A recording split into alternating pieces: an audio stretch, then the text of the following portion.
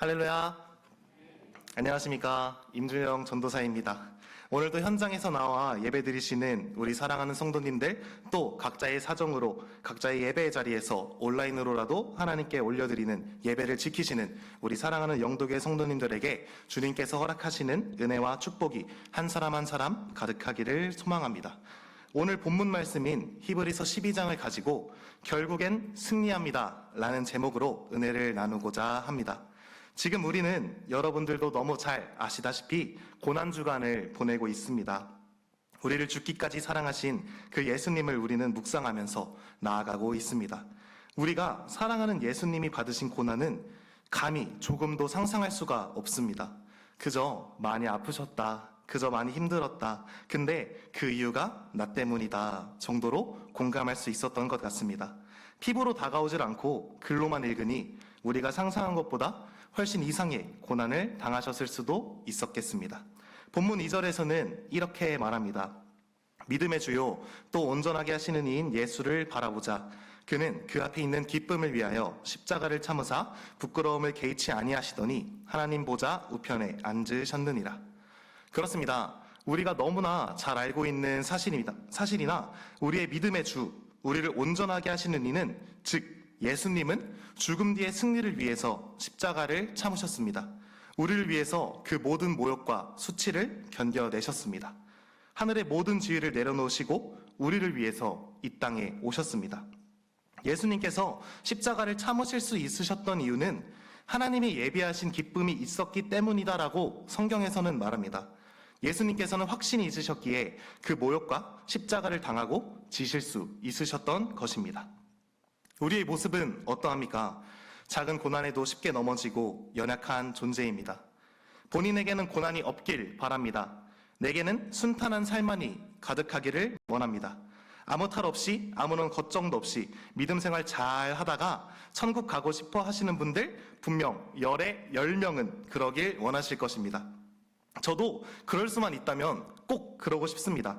하지만 우리의 삶은 절대 결코 그렇지 않습니다. 믿으면 믿을수록 더욱 어려워지는 것만 같고 주님에 대한 사랑이 커지면 커질수록 더 많은 고난을 당하는 것만 같습니다. 그래서 우리는 이 본문을 봐야 합니다. 자, 이제 우리가 본문으로 돌아가서 우리가 알 수 있는 것은요. 첫 번째로 우리는 예수님처럼 고난과 끝까지 싸워야 합니다. 베드로전서 4장 12절에는 이렇게 적혀 있습니다. 같이 읽겠습니다. 시작. 사랑하는 자들아 너희를 연단하려고 오는 불시험을 이상한 일 당하는 것 같이 이상히 여기지 말고, 또 오늘 본문 4절에서는 이렇게 말합니다. 너희가 죄와 싸우되 아직 피 흘리기까지는 대항하지 아니하고. 아멘. 성경에서도 우린 죄와 계속 싸우고 있는 존재임을 계속해서 말하고 있습니다. 본문 4절 뒷부분에 나오는 피 흘리기까지는 대항하지 아니하고는 순교를 의미하는 것이기에 결국 지금 우리가 살아가고 있는 이 세상에서 우리는 죄와 그리고 고난과의 싸움이 절대 불가피하다는 것입니다. 우리는 고난과 끝까지 싸워야만 합니다. 예수님께서 우리를 위해 받으신 고난을 생각하면 그것은 아무것도 아닙니다. 그래서 본문 3절 앞부분에서는 이렇게 말합니다. 쉬운 성경입니다. 화면을 한번 시작. 예수님을 생각하십시오. 예수님께서는 죄인들이 그를 미워해서 악한 일을 할 때에도 묵묵히 참으셨습니다. 라고 나와 있습니다. 그렇습니다. 우리는 이 세상을 살아가다 보면 많은 고난을 당하고 또 죄를 짓고자 하는 그런 욕망들과 계속해서 싸우며 나아갑니다. 때론 왜 이런 고난들이 왜 나에게만 찾아오는 것 같은지, 왜 다른 믿는 사람들, 심지어 안 믿는 사람들마저도 나보다 훨씬 더 나은 삶을 사는 것만 같고 나만 부족하게, 나만 힘들게, 나만 뭔가 없어 보이게 사는 것처럼 느껴질 때도 있습니다. 그럴 때마다 우리는 하나님의 그 계획을 의심하게 됩니다. 내가 이 세상에서 믿고 의지하려고 그렇게 천국을 가려고 믿는 우리 주님인데, 그런 주님이 나에게 사랑만 주지는 못할 망정 나에게 고난만을 주시는 것 같아서 너무 힘겹고 또 쓰러질 것만 같으셨던 적도 분명히 있으셨을 것입니다. 사랑하는 성도님들, 예수님을 생각하십시오. 예수님께서는 본인을 미워하는 악인들의 본인을 괴롭히고 핍박하고 무시하고 아프게 하는 그 모진 것들을 전부 다 묵묵히 참으셨습니다. 단 한 번의 신음 없이 그저 버텨내셨었습니다. 왜냐하면 그 뒤에 승리가 있었기 때문입니다. 그 뒤에 영원한 기쁨이 있었기 때문입니다. 본인에게 고난은 하나님의 큰 계획이 있다는 것을 확신하셨기 때문입니다. 내가 이렇게 아프고 힘들어도 하나님이 나를 향한 계획이 있다는 그 확신을 가지시고 예수님께서는 나아가셨습니다. 사랑하는 성도님들, 성도님들의 삶이 예수님과 같길 소망합니다. 당장 눈앞에 보이지 않아도, 내가 느껴지지 않아도, 내가 내 앞날에 응답받지 못하더라도 하나님은 여러분들을 향한 너무너무나 크신 계획이 있습니다. 언젠가 나를 크게 들어쓰시고 나를 통하여서 하나님의 영광이 가득히 드러나는 그런 크신 계획이 있으실 것입니다. 당장 내 앞에, 당장 내 눈앞에 보이는 것들을 따라가다 보면 오히려 더 힘들어집니다. 나의 삶이 더 나아지지가 않습니다. 우리는 죄의 유혹과 고난에 끝까지 싸우는 존재입니다. 끝까지 맞서 싸워야만 하는 존재인 것입니다. 때론 너무 힘이 들 때도 있습니다. 넘어질 때도 있습니다. 일어나지 못할 것 같을 때도 있습니다. 그럴 땐 우리 예수님을 생각하십시오. 본문 3절의 뒷부분엔 이렇게 말합니다. 쉬운 성경입니다. 네, 준비 시작.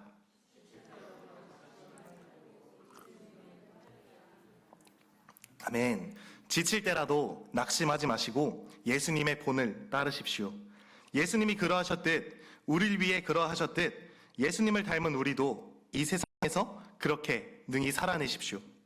그렇게 묵묵히 이 세상을 살아가다 보면 하나님의 크신 계획이 언젠가 우리 삶에 찾아올 것입니다.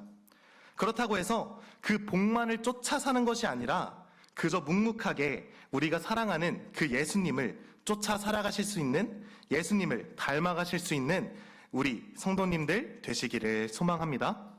두 번째로, 고난은 우리가 하나님의 자녀라는 증거입니다. 본문 7절과 8절에서는 이렇게 말합니다. 함께 읽겠습니다. 준비 시작. 너희가 참음은 징계를 받기 위함이라 하나님이 아들과 같이 너희를 대우하시나니 어찌 아버지가 징계하지 않는 아들이 있으리요. 징계는 다 받는 것이거늘 너희에게 없으면 사생자요 신아들이 아니니라. 아멘. 본문에서 고난을 징계로, 즉 가르침으로 표현을 합니다.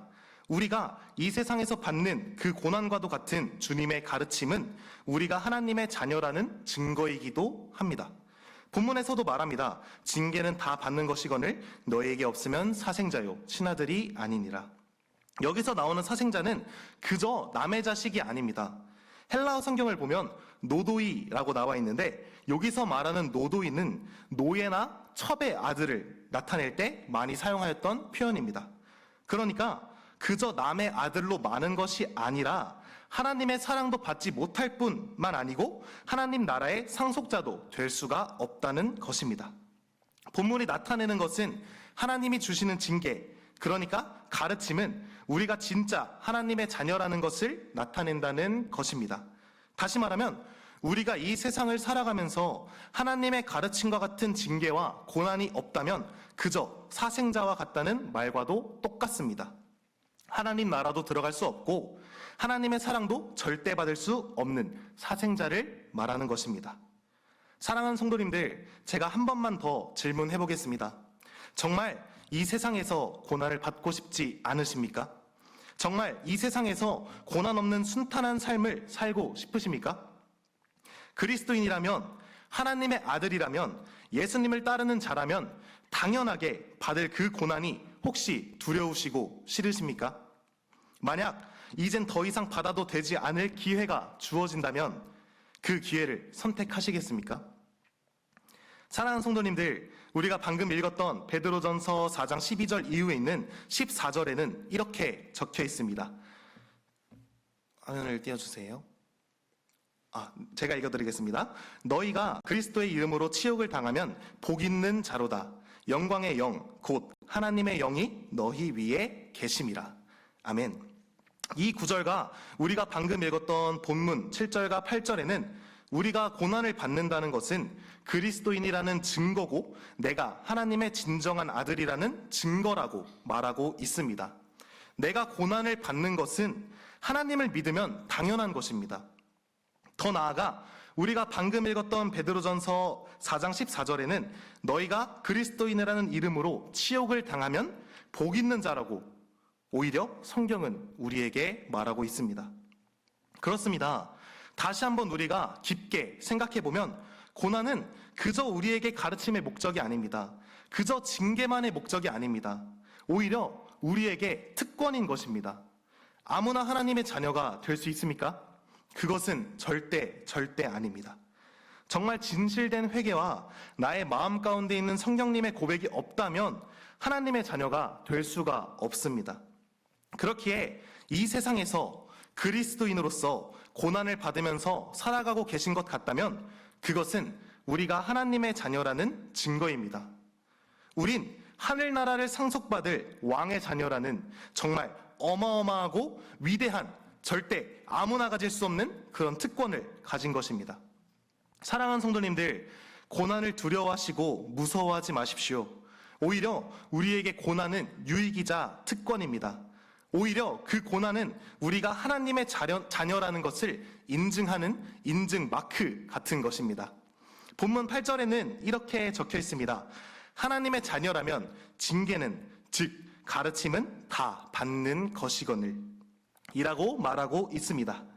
우리는 하나님의 진정한 자녀로서 고난이라는 특권을 누릴 수 있게 되었습니다. 더 이상 그 고난을 신경 쓰시고 고난에 몸부림치고 슬퍼하고 있는 것이 아니라 오히려 내가 그리스도인으로서 잘 살아가고 있다는 것임을 깨달으시고 내가 오히려 복 있는 자구나 라는 것을 깨달으시고 이제 그 고난을 통해서 얻는 하나님의 가르침을 조금 더 묵상하고 나에게 고난이 찾아온 이유에서만 생각하는 것이 아니라 하나님이 나에게 이 고난을 통해서 무엇을 가르쳐 주실까 하며 기대하시면서 나아가시길 소망합니다.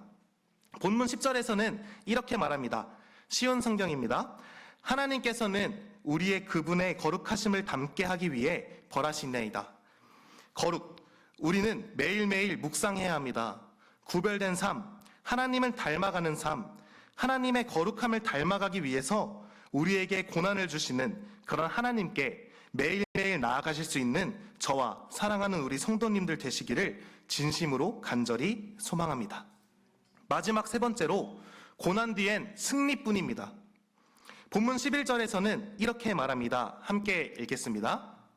무릇 징계가 당시에는 즐거워 보이지 않고 슬퍼 보이나 후에 그로 말미암아 연단받은 자들은 의와 평강의 열매를 맺느니라. 아멘. 그렇습니다. 성경에서도 우리의 마음을 너무 잘 알고 있습니다. 당장 나에게 주어진 고난은 별로 즐겁지도 않고 그런 것들을 묵상될 것 같지도 않고 그 고난에만 신경 쓸 연약한 우리라는 것을 너무나 잘 알고 있는 우리 성경은 우리에게 이렇게 말해주고 있습니다. 무릇 징계가 즉 고난이 그 당시에는 즐거워 보이지 않아도 나에게 슬퍼 보여도 그 고난을 통해서 우리는 의와 평강의 열매를 맺게 될 것이다 라고 말합니다. 그렇습니다. 고난 뒤엔 열매를 맺습니다. 고난 뒤엔 승리뿐입니다. 우리가 이 교회를 다니면서 자주 들었던 말씀이 있습니다. 은혜라는 선물, 행복이라는 선물은 고난이라는 보따리에 담겨져서 전달이 된다. 우린 아직 그 보따리를 다 열어보지 못한 것일 수도 있겠습니다. 아니면 이미 작은 보따리들은 다 열어보시고 그 다음 보따리를 여는 데에 힘을 쏟고 계실 수도 있겠습니다. 우리가 고난을 받는 이유는 최후 승리를 얻기 위함입니다. 이미 우리가 너무 잘 알고 있는 고난을 받으시고 이겨내시고 최후 승리를 하신 분이 계십니다. 바로 우리 예수님입니다. 예수님께서는 인간의 모습으로 살아가실 때에 고난과 끝까지 싸워내셨습니다.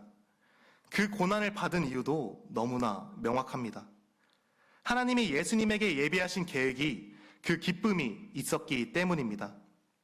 예수님은 하나님의 자녀이셨기 때문입니다. 그렇기에 그 모진 고통들을 당하셨습니다. 정말 인간으로서 감당하기 힘든 그러한 모욕들과 고통들, 핍박들, 멸시들을 전부 다 받으셨습니다. 그리고 본문에서는 그러한 예수님이 묵묵하게 고난들을 전부 다 받아내셨다고 나와 있습니다.